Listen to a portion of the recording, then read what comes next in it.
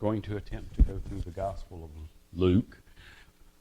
Today is going to be a lot of background information, historical.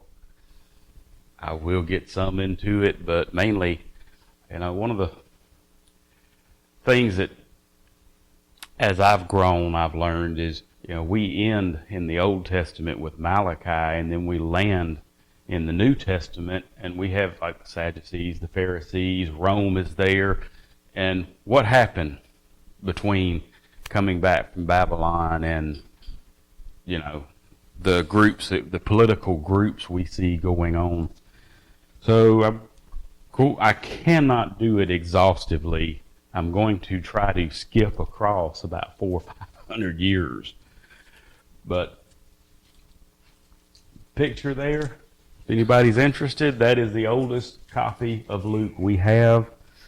Dates about 175 AD to 225. The top, if I zoomed it in, is the ending of Luke, and then that space, that's the starting of John.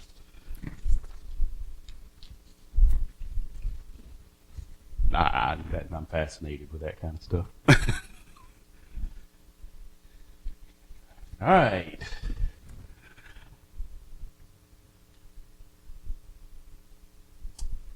If you remember in the Old Testament, like I said, I'm going to skip. It is about a 711 BC. Hezekiah shows Babylon the royal treasure room. Isaiah comes and tells him that everything he has shown the representatives from Babylon, they will come and carry off to Babylon at some point.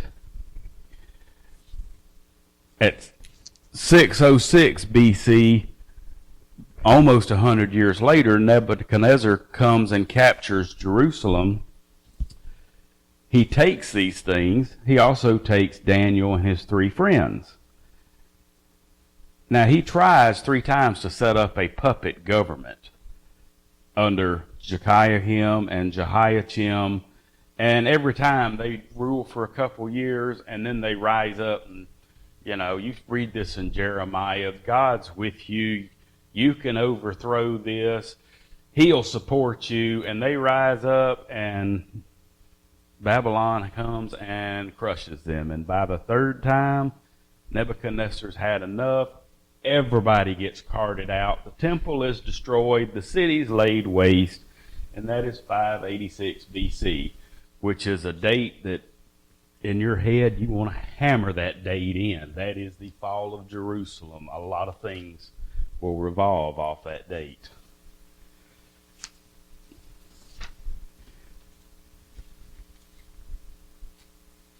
All right. Nebuchadnezzar lives the rest of his life. He dies. His son and nephew, I believe, come into power. They're not very good at, they're very lazy. Persians show up. This is the quick version. About 539 BC is the handwriting on the wall in Daniel. The story is that there was a canal around the city that was partially completed. Cyrus sent his men over there and finished it and bypassed the river where they could sneak in under the walls, and it said that the city fell without anybody knowing.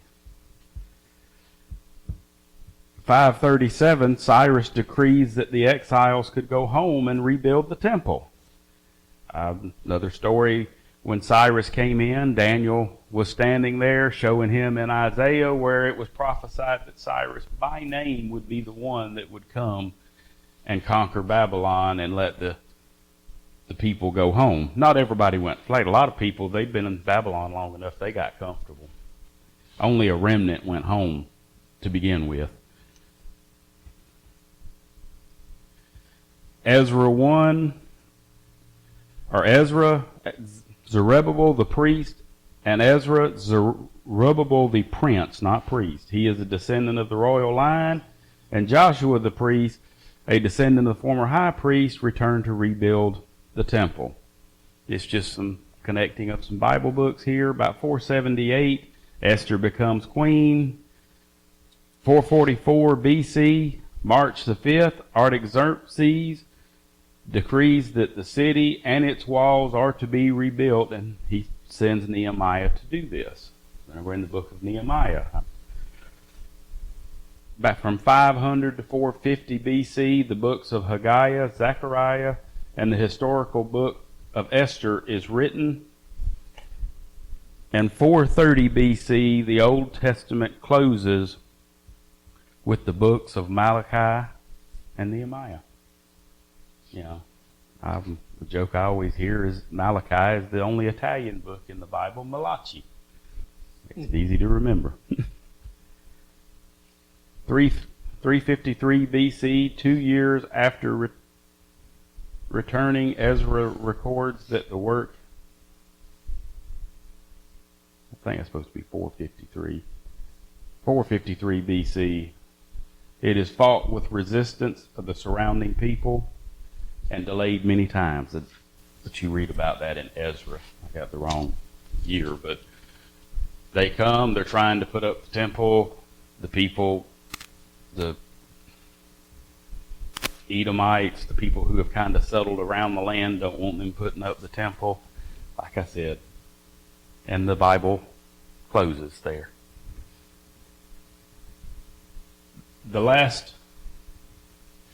The ending of Malachi.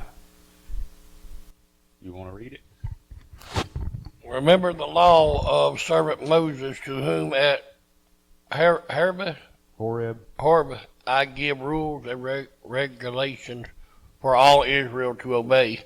Look, I will send you Elijah the prophet before the great and terrible day of the Lord arrives. He will encourage fathers and their children to return to me, so that I will not come and strike the earth with judgment. This is where the Old Testament closes. The promise somebody's coming, look for him. In fact, if you ever see on TV or go to a Jewish Passover festival, there will be a table set for Elijah. It's empty. They open the door at some point and look and call out for Elijah, and then close the door and say maybe next year, because before the Messiah comes, Elijah has to come. They're looking for him.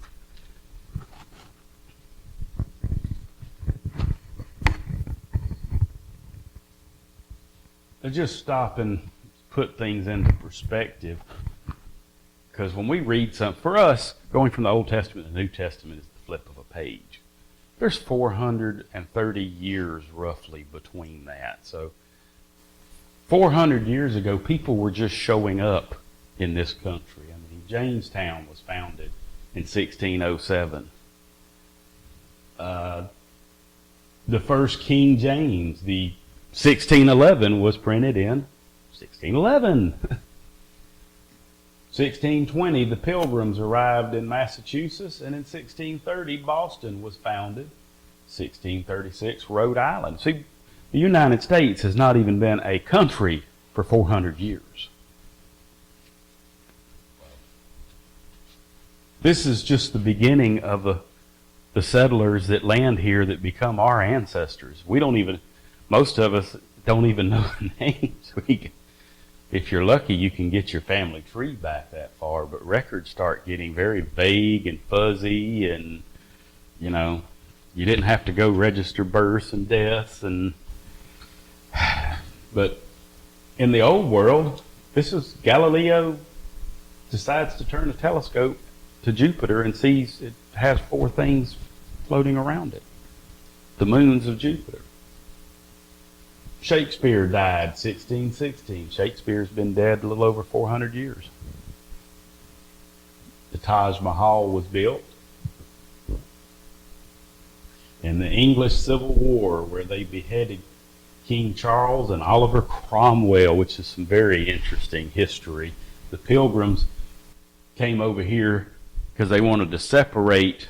They felt like the church in England was going the wrong way, and you had 2 groups. You had the Puritans who wanted to reform the Church of England, and you had the separatists that had gave up on the Church of England.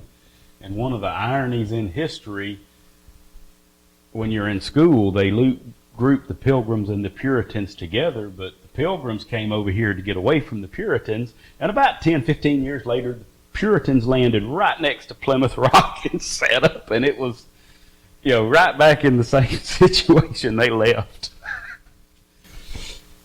But 1665, the Black Death decimates London. That's almost 400 years ago. It's been that long. I mean, just stop and ponder. It's been that long since the Word of God was silent. And it's silent saying, look for Elijah. It's only taken since 1960 approximately for the United States to get out of tubes. Yeah. I mean, the whole country was coming together during World War I, II. Vietnam hit. It helped rip the country apart. It just fueled everything. It was already starting, but from 60 on. Yeah. It's, well, we're going to see some of that in this too. Not the Vietnam part, but some of the same things. But in Bible terms, this is known as the 400 silent years. You will hear it referred to, but there were books written during that time. If you have a Catholic Bible or a King James printed before 1885, it will have these books in it. Yeah. First and Second Maccabees are very good historical books. There are some extra chapters in Daniel and Esther. Nobody considers these books inspired by God. They're great historical reading. They're great, it'd be like reading Josephus. But they were part of the Septuagint. They kind of came in, but they're never quoted from. They're never referred to in the New Testament or throughout the Old. So there's been an argument for years on what do we do with these? They're not inspired. So, they put them in, they take them out. My goal is not, if you want to read them, that's great. I just want you to know they're there because I don't want somebody else to come up and, well, they removed books of the Bible. Well, they're not real sure if they should even be there to begin with. It'd be like adding Josephus to the Bible. It's great stuff to read. I know when Timothy got married, he got married in the Catholic Church with his girlfriend, and her sister was reading out some book, and that was in the Catholic reading. Maybe one of these. But like I said, I only include these so you are kind of aware they exist. If you want to learn about the Maccabean revolt, which I will get to, First and Second Maccabees.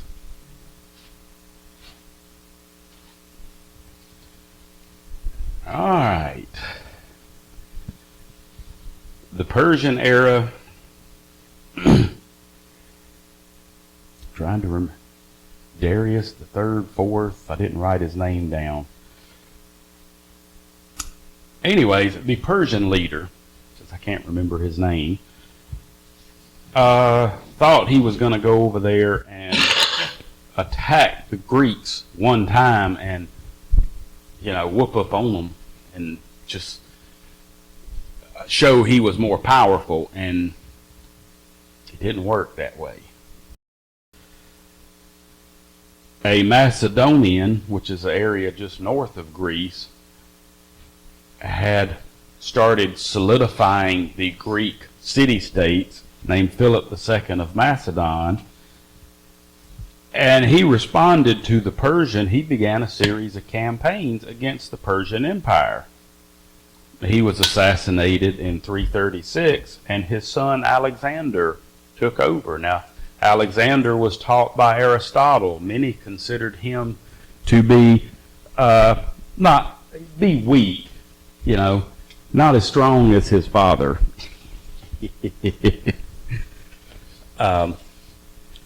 Alexander proved to be a very skillful tactician. History says that he never lost an engagement in his whole life.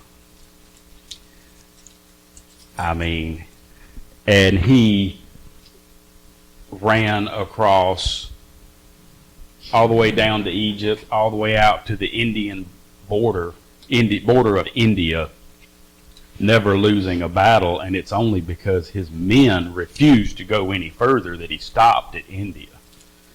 And then he went back to Babylon and died, drunk himself to death. May have been poisoned, but history's not clear what happened, but he drunk himself to death is what most say. When he arrived at the city of Jerusalem, the high priest went out and met him and showed him that he was prophesied to come and welcomed him. Because of this, Alexander was very favorable to the Jews. If you want to read about this, Daniel chapter 11 is what the high priest showed him, which I find amazing because, man, you get online and you start reading these higher critics. Daniel could not have been written till the 2nd or 3rd century A.D., but Josephus records this. The Jewish Talmud records this. So how can you show somebody a book that ain't wrote for another 300 years? Because Daniel is so accurate in its prophecies, higher critics of the last 100 years have tried to say it had to be written after the fact. And that gets into being a rabbit hole trying to follow that. Anyways, 323, Alexander dies. He has no heirs. I think he was only in his early 30s when he died. He was young. His empire gets divided among 4 generals, placing the Holy Land right in between Ptolemy in Egypt and Lysimachus in the north, which would be Syria over to Babylon. The 3 that are italicized here, they are kind of the same, because Egypt at this point, Ptolemy took that empire, so it's being ruled by a Greek person. Syria is being ruled by a Greek person, so it is Egyptian, but it's also part of the Greek Empire. Maybe not empire, but the rulers are all Greek. Does that make sense?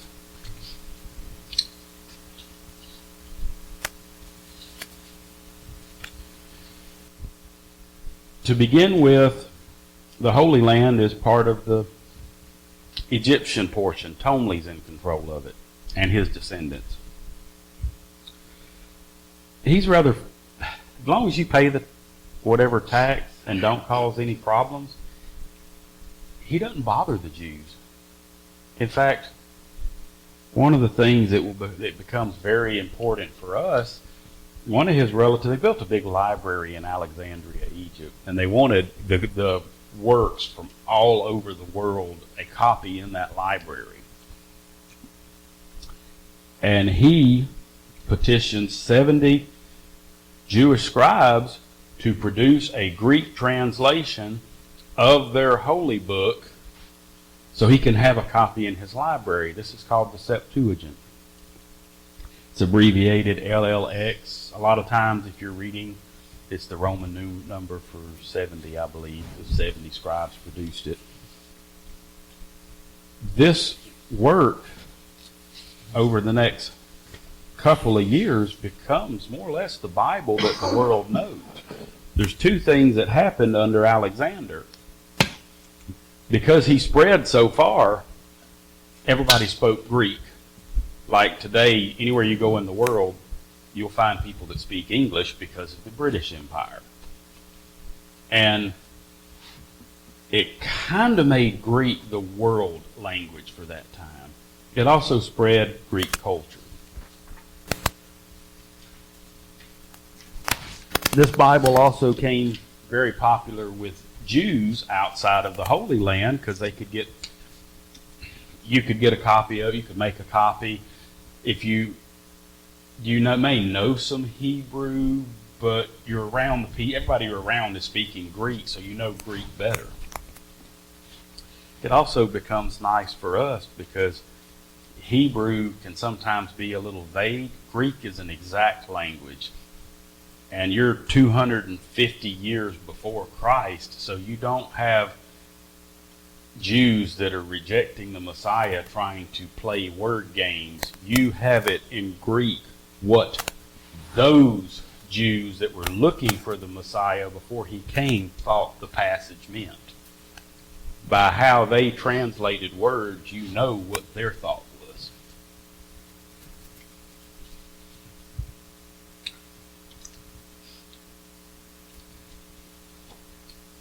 (198) The Seleucids attacked Egypt, and control of the Holy Land switched to the Seleucids. Along with the control, the Seleucids tried to promote their Greek culture above all else. Whereas the Ptolemies, they kind of mixed Greek and Egyptian culture, and they just kind of they didn't try to change the culture. The Seleucids, they tried to Hellenize everything. In Greek, Helena is the name of Greece in Greek. So Hellenize, that is trying to convert everything into Greek gods, culture, ways of doing things. I was trying to learn some Greek. That kept confusing me, but after realizing Greece is Helena.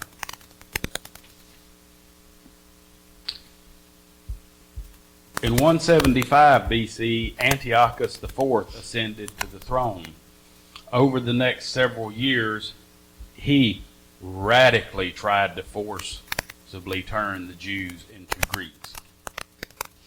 By 170-ish, he ordered all copies of the Hebrew Scriptures to be destroyed, made possession of them a capital offense, forbid Jewish laws and customs like the practice of circumcision, keeping kosher laws, keeping the Sabbath. All high Sabbath feasts were banned. He would send his officials into town and bring a pig, and you had to go eat a pig to prove you weren't Jewish. And in 168 BC, he slaughtered a pig on the altar in the holy temple and set up a statue of Zeus in the wing of the temple. And he sent his armies and officials town to town and made the people sacrifice to Zeus under the threat of death. You're either going to break the holy God's law or you will die. This comes to a head in 167 BC in the town of Modin. There was a Jewish priest, probably retired priest, named Mattathias ben Yohanan. He's standing there with his 5 sons, and he says, nobody here is going to do what you're calling for. Well, one of the guys in the town goes to step forward, and Mattathias picks up a spear and kills him. And then all who are here and who will fight for God, get behind me. And he attacks the government official. And his sons are sitting there going, oh boy, what did Dad just do? Now you're either going to watch them slaughter your dad or you're going to get in the fight too. And they do. This starts a revolt. This is a remember the Alamo moment, or remember the Maine, or the date that will live in infamy in Jewish history. Mattathias standing up for God. This is that revolution. This is the Boston Tea Party. These are those moments in history that energize people. And then they run into the hills.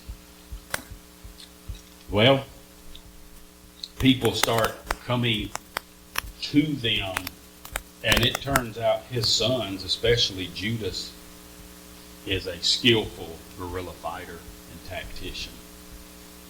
And over the period of his sons, they throw off the Seleucids.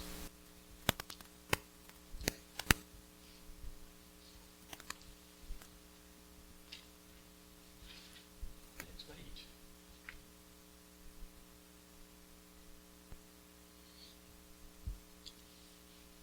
Mattathias died a year later. 166, Judas leads an army of guerrilla fighters against the Seleucids. As they go, they're destroying pagan altars, Greek statues. They're cleaning the Greek culture out of the land. By 164, they retake Jerusalem. They clean and rededicate the temple. This is Hanukkah.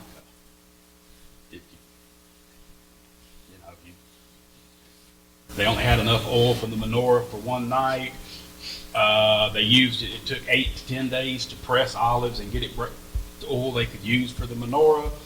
The menorah stayed burning for 8 days. It's celebrated as a miracle of God, and God is with them. It's usually what the Jews are celebrating over December. This is where it comes from. It's like us celebrating Victory in Europe Day, or like I said, you want to get some Jews riled up, patriotic. This is the event that 160 to 142. 164, Antiochus dies. 160 to 142, the sons of Mattathias gained control over the Holy Land, and they took both the office of high priest, and they called themselves the princes of Israel. Remember, Old Testament law, the king, the ruler was from Judah, the priest was from Levi. They were two separate offices. They were not to be the same. So the grandsons of Mattathias are starting to violate the law. His grandfather so adamantly was fighting for.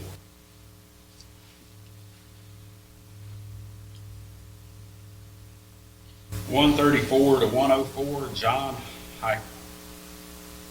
Hyrcanus, son of Simon, takes his father's place. He conquers the land of Edom, which is, let's see if I can get this.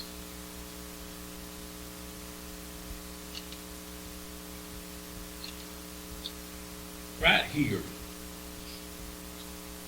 That is the land of Edom. Well, one of the other things that he does is if you're going to live in the Hasmonean kingdom, you have to be Jewish. This is the only time that Jews ever forcibly converted somebody, and it will have consequences. Hyrcanus also, he liked money and power, so he's, the money in the land is Greek. So he's starting to bring these influences back in that his grandfather fought to get out. They cleaned the land of it, and here 3 generations later, it's coming back in.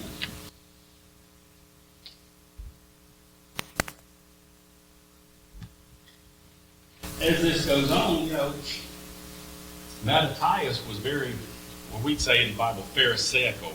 His grandsons were not. They were very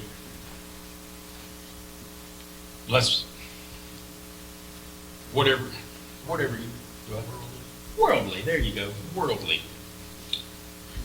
Those who followed Mattathias, not necessarily his sons, become over the years what we know of as more of the Pharisees, the Pharisaical.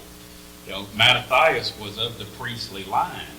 But the Pharisees are teachers of the law. They're teaching. This is, in fact,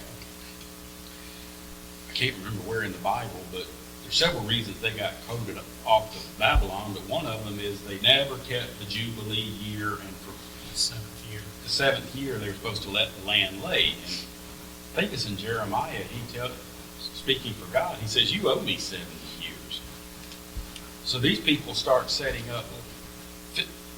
Because they broke the law, they went into exile, so they start setting up fences around the law that becomes kind of today's oral law. Like, some of them are hilarious, but the Old Testament says you're not to boil a goat in its mother's milk. Over the years, that becomes where you can't even put milk and meat on the same plate. And if you're an Orthodox observant, if you eat meat, you got to wait 7 hours before you can drink milk. You can't work on the Sabbath. If I come over and ask for a coat and you go upstairs and get it for me, that's work. But if you put the coat on, that's not work. You're wearing it and then you come down. You get into, and these are all fences trying to build around so that they won't break the law. You can't drive a car on the Sabbath because the Old Testament says you're not to kindle a fire on the Sabbath, and the way a car runs is by burning fuel. Therefore, the Orthodox say that's kindling a fire. So you can't drive a car on the Sabbath because you would be breaking by starting. The Sadducees are, we're going to go through the motions with the temple, but we're worldly. We're more Greek. So you're starting to see this divide in the culture. Maybe we could make a parallel to today. You're more conservative people, and then they don't get along. When Hyrcanus dies, his son Alexander Janus takes the throne. Here we have Alexander. That's a Greek name. You see the influence even coming in the names. And about 103, he invites the leaders of the Pharisees to a large banquet to try to make peace with them. Once they were there, he had his men lock the doors and slaughtered every one of them. This erupted into a civil war. The rest of his reign is wars within and without. When he dies, his wife, widow, takes the throne is Salome Alexandra. She has 2 sons, but she was the daughter of somebody that was Pharisaical leaning, and they come up to her and ask her not to put her son on the throne because they think they can work with her better, and it turns out they can. She listens to people. She keeps the peace. There's a kind of a time of they're not physically fighting. She is the last queen of Judea, the last ruler, and the last one to die while in power. Her time is remembered as a time of peace. Unlike her husband, she was willing to listen to the concerns of the Pharisees and work with them. She took the throne to support some of the Pharisees because her son Aristobule II shared his father's views on religion and politics.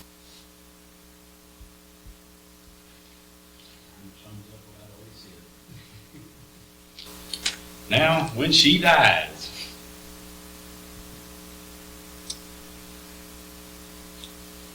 her son, Hyrcanus II, was named the successor. He was high priest already. His brother,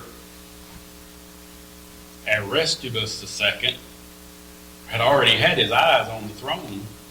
In about 3 months, they start fighting. So we're back at Civil War Part 2. They both, well, by this point, 64, Pompey of Rome had conquered Syria. They both sent, and I think the Pharisees too, sent delegations saying, we got money, come settle this for us, come help us.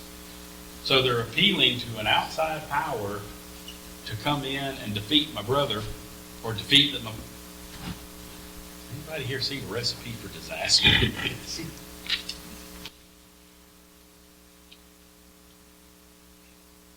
Pompey came. Once he settled it, he decided he liked the place.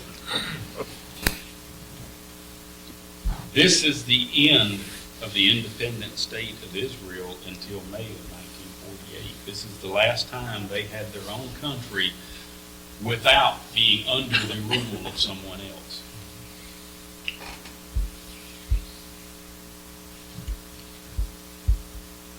And sadly, you're also getting in that time, by 50 BC, Julius Caesar and Pompey start fighting.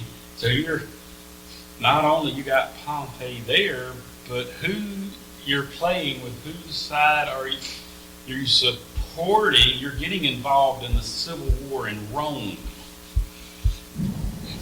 There was a Idumean, I don't remember back there where he forcibly converted people. There was an Idumean named Antipater who was very good at playing politics. He played the sons very well, and when Caesar was being besieged in Alexandria in 47, Antipater went over and rescued him and his 13,000 men. For his demonstration of valor, Caesar elevated Antipater to Roman citizenship, freed him from taxes, showered him with honors, and declared him the protectorate of Judea and Idumea. What was Pontius Pilate's title later? He's the protectorate. So we've got this guy that his family was forcibly converted to Judaism, who's now in charge. That blew up in their face. Give it a few years.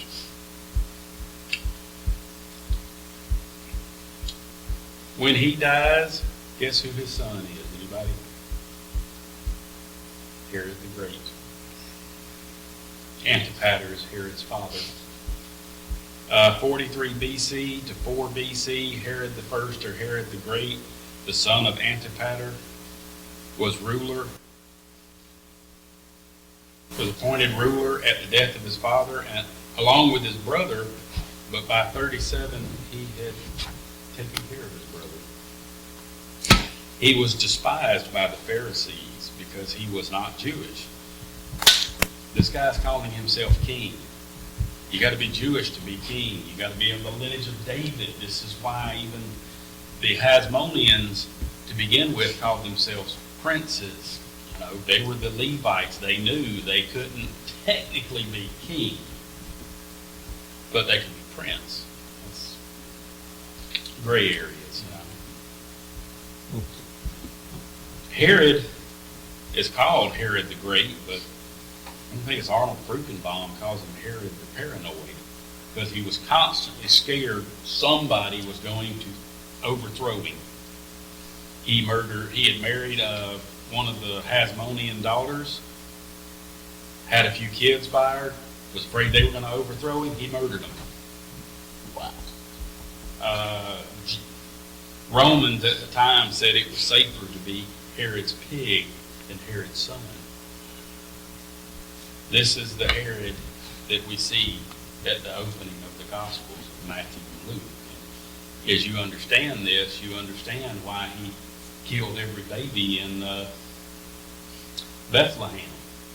He's killing his own family. He's scared to death.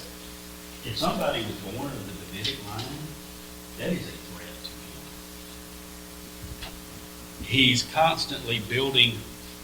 He's trying to win the Jews' favor, so he's rebuilding the temple, he's building roads, he's doing all kind of public works to try to get them to accept him, but he's also, somebody rises up and shows any resistance, he's off. More or less a transplanted heathen. Yes.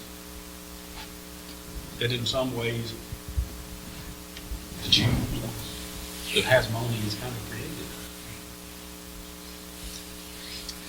And with that, we have landed to the opening of Luke.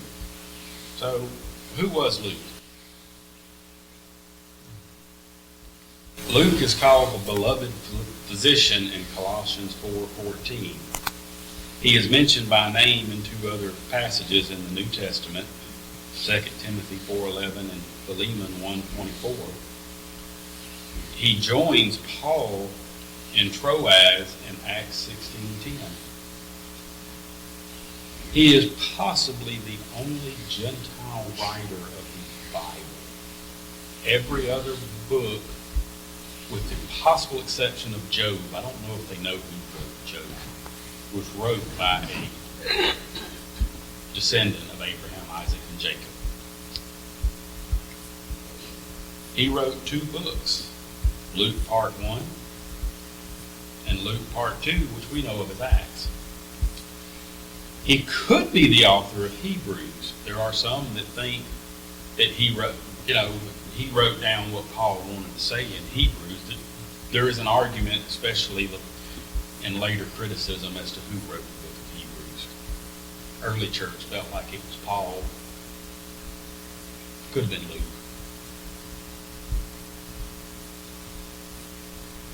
The book of Luke, Acts, and Hebrew is some of the highest Greek in the New Testament. You know, Mark is like the Gospel of Mark is a lot of times like an acting script. He went, he saw, he did. Luke, Acts, and Hebrew is scholarly work. It's the difference in reading a 7th grade textbook versus an older college textbook, today's college textbook. Of the 4 Gospels,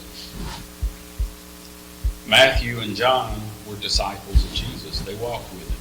They saw what he did. John Mark was a companion of Peter.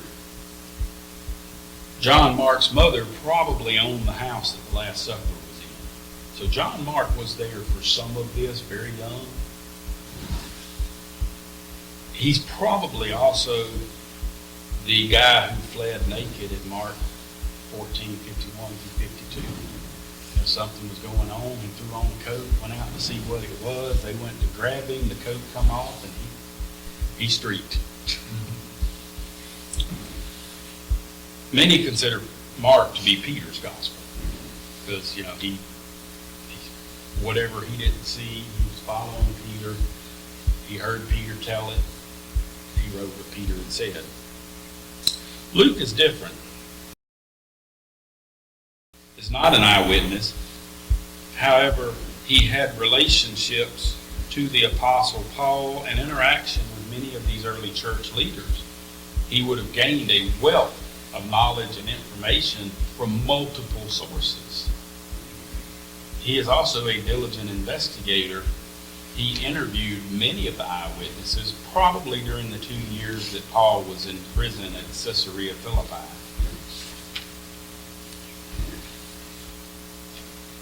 Luke was probably written around 60 AD. It's written during the time that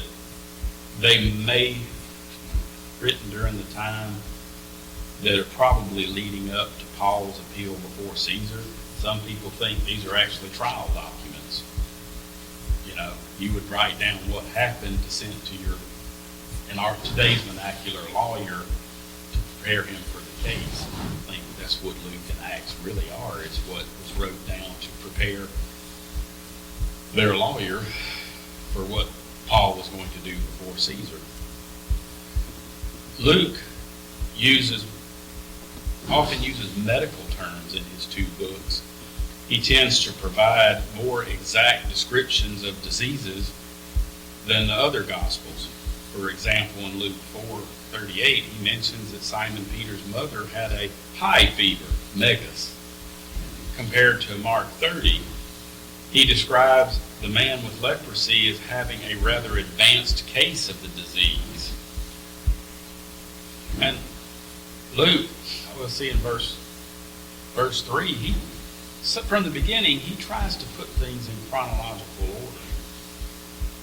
The others group in events or different things, but he's trying to the best he can to get it in the order that it happened.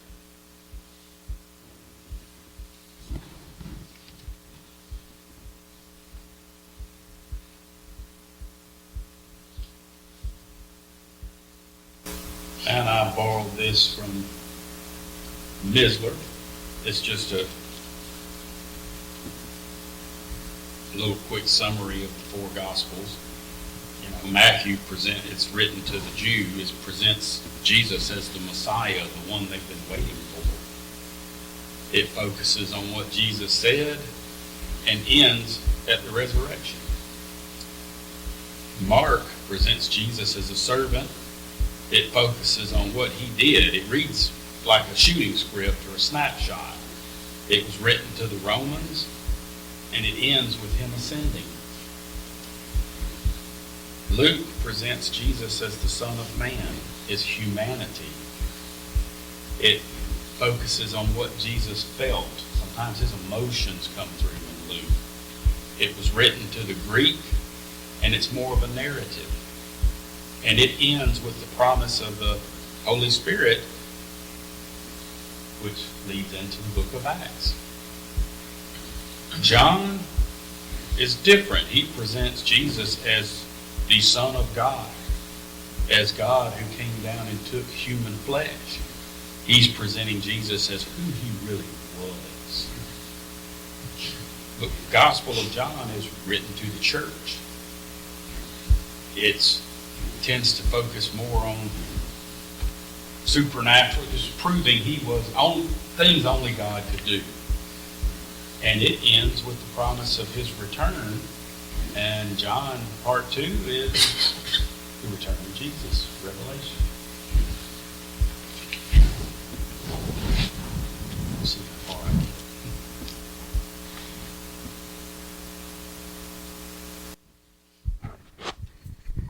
And as much as many have taken in hand to set in order a narrative of those things which have been fulfilled among us, just as those who from the beginning were eyewitnesses and ministers of the world delivered them to us.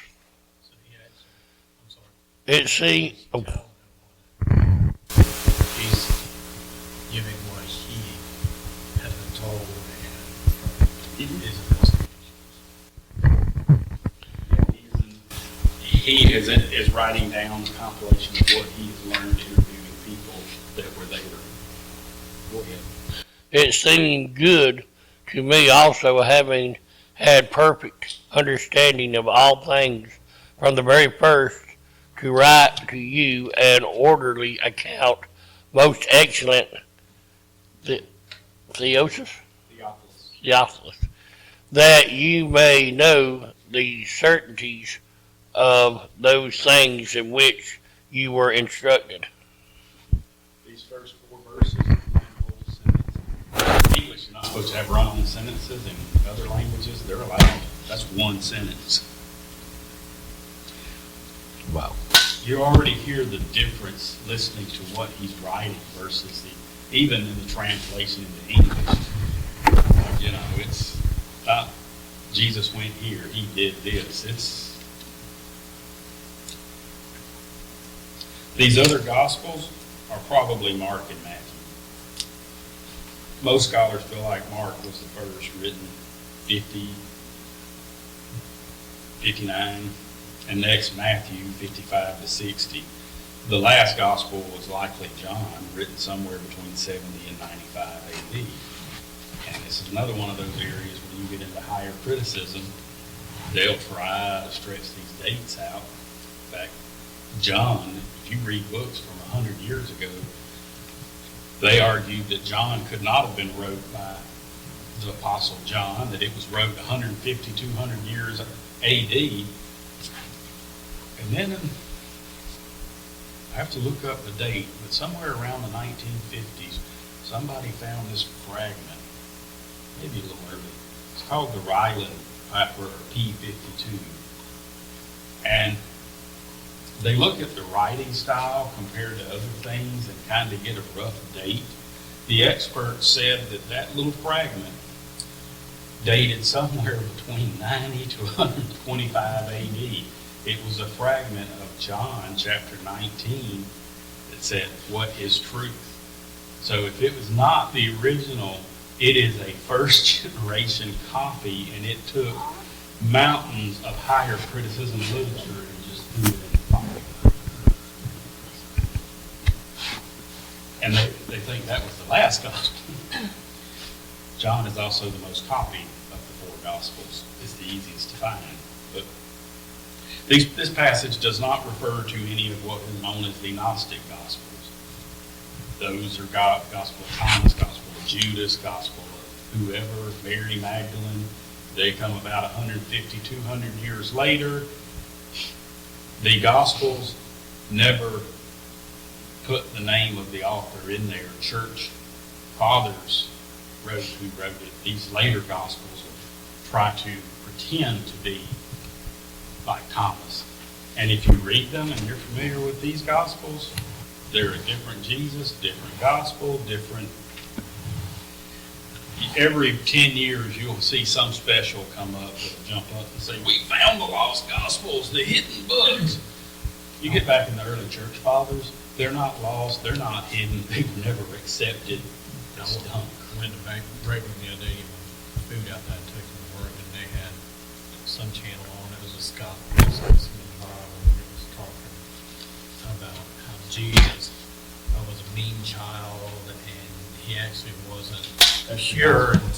Yeah, it wasn't pure until he got saved that day in the river or something like that. And I just hate this and stuff. That's some of the problems with it. In the Gospel of Thomas, Jesus and one of his friends at 12 years old played on top of the house, and he died, and people started accusing him. So he resurrected the guy and said, "Did I kill you?" And the child looks up and goes, "No, Lord, you wouldn't do that." And it's like, okay, you have them recognizing him as Lord at 12 years old. There's so many problems in these things that It's been going on a long time. People try and get on the bandwagon and tell their own story and make money and to lead people. yeah. This is not referring to those, is my point. It's funny when you read some of them, because I think it's the infancy Gospel of Thomas. Peter asks Jesus something, and he says, "Only men are going to make it to heaven." And he looks over, "Well, what about Mary?" "Well, she's got to become a man." That directly conflicts with what you read in the four Gospels. But people who have never read these things nor have read the four Gospels throw these things up. And I mean, my favorite is the guy that wrote the Greek textbook I've been reading. His first thing he'll say is, "Well, have you read it?" Because if you've read it, you realize real quick why they didn't ever accept them.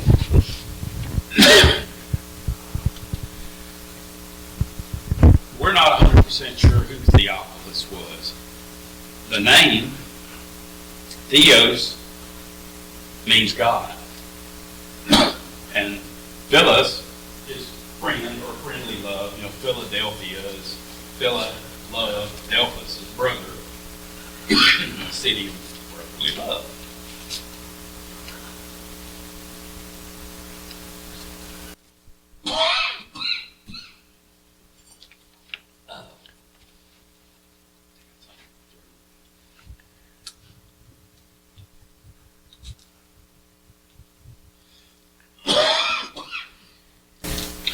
Other than being the recipient of both Luke's books, we know very little about Theophilus. Luke refers to him as most excellent. That is like referring to a judge as your honor. That's a title.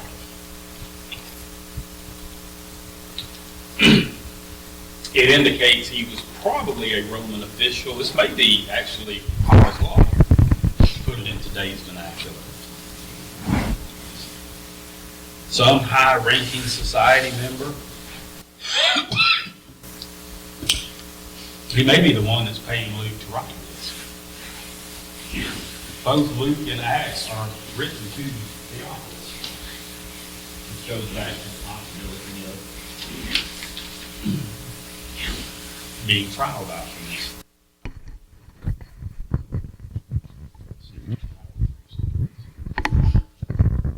There was in the day of Herod, the king of Judah, a certain priest named Zachariah of the division of Abijah.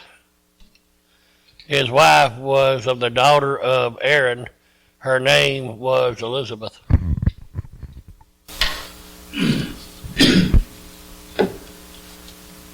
Zacharias and Elizabeth lived during the time of Herod the Great. 2 or 3 slides back. In David's time, there had got so many priests available for service that he set them up in 24 divisions. You'll see this in 1 Chronicles 24. The 8th division is the division of Abijah. A division service would last 1 week, so they'd serve, twice a year roughly. And then the next division would come in. There are some that have worked back, and I didn't bother with this because we know what division was in the temple when the temple fell in 70 AD. They are able to work back and actually date this rough. What's interesting, Zacharias, his name translated as God remembers. Elizabeth means his oath. So Zacharias and Elizabeth being one, it's God remembers his oath. It also records Elizabeth was a descendant of Aaron as well. I'm going to get into some Old Testament law. To be married to a priest, she could not have ever been married to someone else. She could not be divorced. She could not be widowed. If a priest's wife died, he had to marry another pure woman. They are likely very close in age. And they were both righteous before God, walking in all the commandments and ordinance of the Lord blamelessly. But they had no child, because Elizabeth was barren, and they were both well advanced in years. They were both righteous before God, but had no children. The people of Jesus' day, this would be a contradiction. The custom of the day, married women without a child was a curse, even though the Bible does not say that. But you see this play out all the way back to Sarah and Abraham. Many of the women in Scripture were barren for a time. When the time was right, they gave birth to a child of renown. Sarah gave birth to Isaac. Isaac's wife, Rebekah, gave birth to Jacob and Esau. Hannah gave birth to Samuel. Jewish oral law said that if a woman did not produce a child by 10 years of marriage, you could divorce her and find another wife. They based this on Genesis 6:3, where after 10 years, Abraham took Hagar. For me, this makes Zacharias even more righteous. He didn't take the easy out. The next question is, how old was Zacharias and Elizabeth? And this one I have spent a lot of time on, because just about every commentary makes them out to be like 90 years old. But there's a problem with me. See, in the Bible, we've got the rule book for the priests. You want to read the rule book? This applies to the Levite man 25 years old or more shall come to take part in the work at the tent of meetings, but at the age of 50 they must retire from their regular service and work no longer. They may assist their brother in performing their duties at the tent of meetings, but they themselves must not do the work. This is then and how you are to assign the responsibilities of the Levites. Today's vernacular, this is a civil servant's job. This is a good job to have. You serve about 25 years, you have a guaranteed retirement program. And doing what Zacharias is going to be doing, next to going in the Holy of Holies, is the top job. You're not going to have to fill in for somebody. They're fighting for that job. There's so many priests, not literally fighting, but you're not going to give it up if you have to drag yourself in there to do this duty. You're going to drag yourself in. But the point being is, after 50, you could assist the priests that were working, but you couldn't do the duty. Because of this, I think Zechariah was about 50. But like I said, every commentary you read will have him 70, 80, 90 years old. So it was that while he was serving as priest before God in the order of his division, according to the custom of the priesthood, his lot fell to burn incense when he went into the temple of the Lord. And the whole multitude of the people were praying outside at the hour of incense. Now they drew lots. You have your 24 divisions. You got a bunch of people there. They drew lots, and whoever won would get to go in there. So there's a very good chance this is the first time that he's ever had a chance to be in there. This is what he has studied, he has prepared for his whole life to do. And it was the, drawing of the lots. He may have never been in there. It's been 400 years since they've heard the voice of God. You've heard the story. When you read the Old Testament, you hear the stories about what has happened, what happened back in David's time. So, you read about the Maccabees and Hanukkah and, but that's all you've heard for 400 years.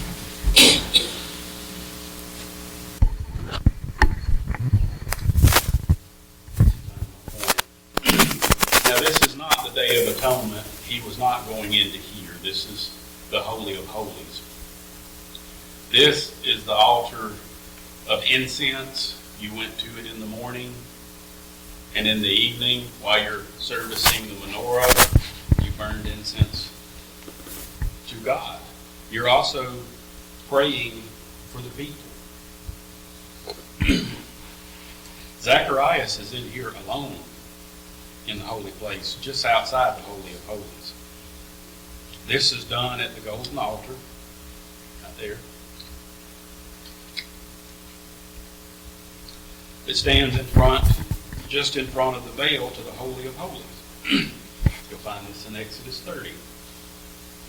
The altar of incense represents the prayers of the nation. Zacharias, performing his duties, is representing the nation before God. And he is the focal point of the nation. If you didn't draw the lot, you're outside praying. The nation of Israel, like I said, they've been without a prophetic word for 400 years.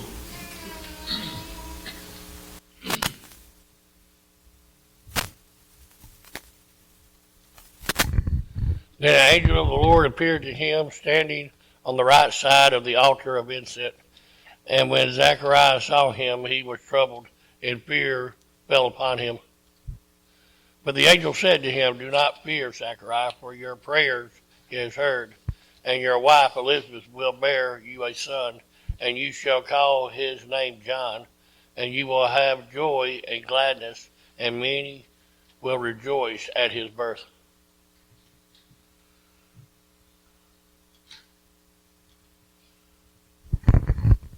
Which prayer was answered?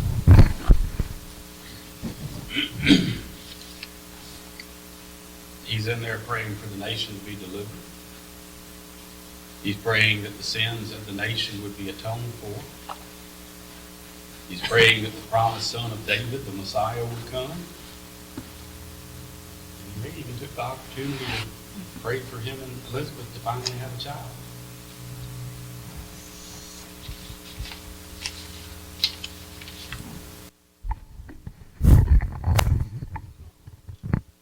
Keep hitting the wrong mouse button. All of them will be answered.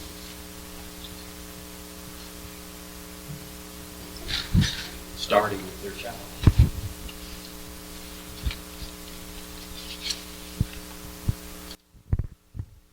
For he will be great in the sight of the Lord, and shall drink neither wine nor strong drink. He will also be filled with the Holy Spirit, even from his mother's womb. And he will turn many of the children of Israel to the Lord their God. He will also go before him in the spirit and power of Elijah to turn the hearts of the father to their children and the disobedience to the wisdom of the just, to make ready a people prepared for the Lord. Zacharias is alone in this room. There's 2,000 or 3,000 people praying outside. Nobody snuck in this room. It's interesting, and this is some of the details you will see in Luke. Luke even records which side of the altar that Gabriel was standing on. The right side. This special son, born to Zacharias and Elizabeth, would fulfill a special purpose. Not only would he bring them joy in their latter years, but he would be assigned from birth the duty to prepare the way for the Messiah. This is heavy stuff.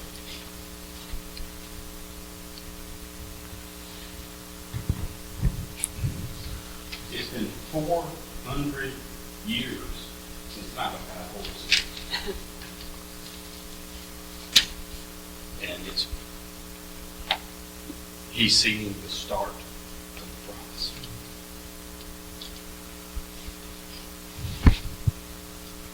John the Baptist will bring joy and gladness. He will be great in the sight of the Lord. He's going to take a Nazarene vow. He will not touch wine. He will be filled with the Holy Spirit from birth. In the Old Testament, you have the Holy Spirit come on people, but not filled. He will bring people back to God. Bring the Jewish people. He's going forth to prepare the way for the one they've been looking for. They're all the way back to Moses. Moses told them to look for one coming like me. He will teach repentance and lead those to listening to turn from their sins towards God. He will come in the spirit of Elijah. And when you go back to the Old Testament, 2 Kings 2:15, Elisha, it said he had the spirit of Elijah on him. Yeah. John the Baptist is not Elijah, but he has the spirit of Elijah.